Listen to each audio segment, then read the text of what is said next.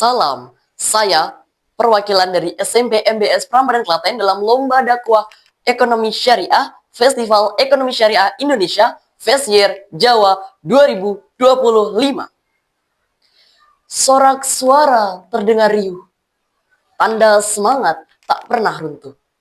Yuk simak baik-baik dengan penuh sungguh, agar ilmu masuk tak lagi keruh.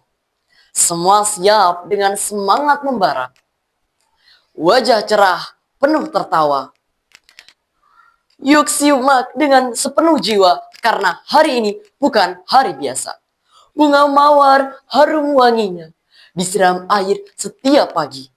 Halal bukan sekedar katanya, tapi amalan yang harus kita jalani. Burung dara terbang ke awan, hinggap sebentar di pohon randu. Hidup halal bukan pilihan, tapi kewajiban setiap waktu. Langkah tegap menembus jalan, membawa tekad yang tak tergoyahkan.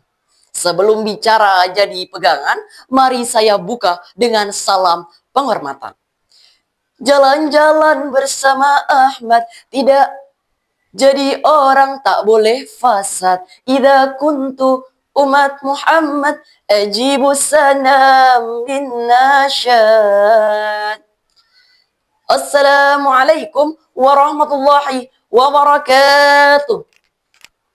Alhamdulillahilladzi ja'al qalama lil-kitabah wal-kitabah lil-qira'ah wal-qira'ah lil-ma'rifah wal-ma'rifah lil-ibadah wal-ibadah liqrabillah wal-liqrabillah lillahi wahdah wala syarikalah.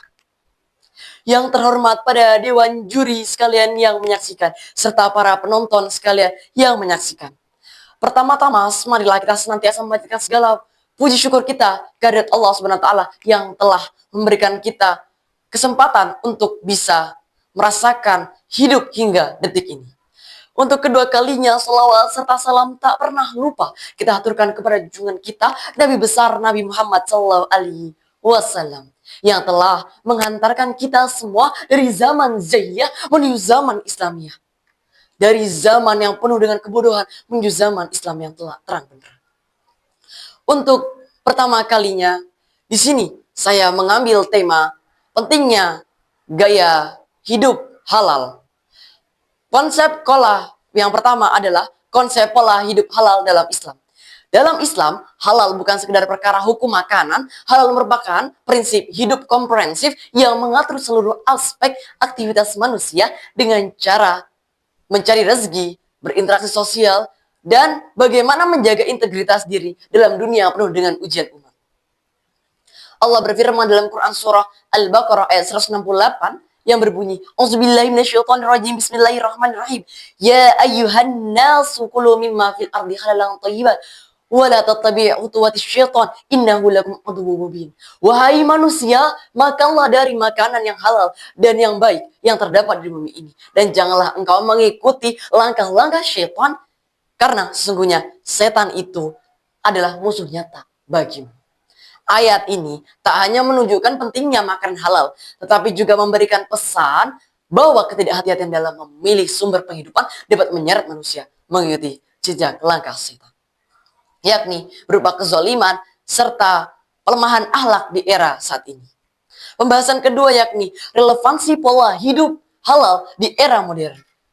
Saat ini manusia hidup di era globalisasi yang dimana batas nilai menjadi kabur, informasi menyebar luas, perilaku konsumtif meningkat, dan gaya hidup instan kian mendominasi. Pola hidup halal hadir sebagai filter moral dan spiritual yang membentuk manusia yang selektif dalam mengonsumsi, bekerja dan berbisnis, serta bergaul atau social interaction. Dalam menjaga kesucian, yang perlu ditegaskan di sini adalah dalam hal bergaul, yakni menghindari zina. Sebagaimana Allah menegaskan dalam Quran surah Al-Isra ayat 32, "Wala taqrabuz zina wa kana fahisyah wasa'a sabila," dan janganlah kamu mendekati zina. Sesungguhnya zina itu adalah perbuatan yang keji dan suatu jalan yang buruk. Dari ayat itu dijelaskan bahwa mendekatinya saja sudah melanggar norma-norma ajaran Islam, apalagi hingga melakukannya. Dari mana hal tersebut bisa terjadi? Pertama, melalui interaksi bebas, Yang kedua, dari tontonan-tontonan buruk, tidak mendidik dan di bawah umur. Dan yang ketiga, pola hidup permisif. Semoga semua ini bertentangan dengan prinsip halal yang menjadi kesucian jiwa dan kehormatan manusia. Adapun dampak para hadirin sekalian dan para juri yang menyaksikan. Adapun dampak-dampak dari pola hidup halal. Yang pertama adalah secara individual. Hidup dalam kehalalan menghadirkan ketenangan batin dan keberkahan hidup. Yang sebaliknya, apabila rezeki yang haram menjadi penghalang doa dan sumber kehancuran spiritual. Yang kedua, secara sosial, masyarakat yang menjunjung tinggi nilai halal akan terbebas dari korupsi, kekerasan seksual, maupun pergaulan bebas. Dan yang bersumber dari gaya hidup yang tak terkendali. Yang ketiga adalah secara ekonomi. Sistem keuangan dan bisnis yang halal membentuk ekosistem ekonomi yang adil dan berkelanjutan, serta bebas dari eksploitasi, riba, dan juga manipulasi. Para hadirin dan dewan juri yang menyaksikan, mungkin saya akan tutup dengan sedikit pantun dan bernada sedikit. Pisang emas dibawa berlayar, masak sebiji di atas peti.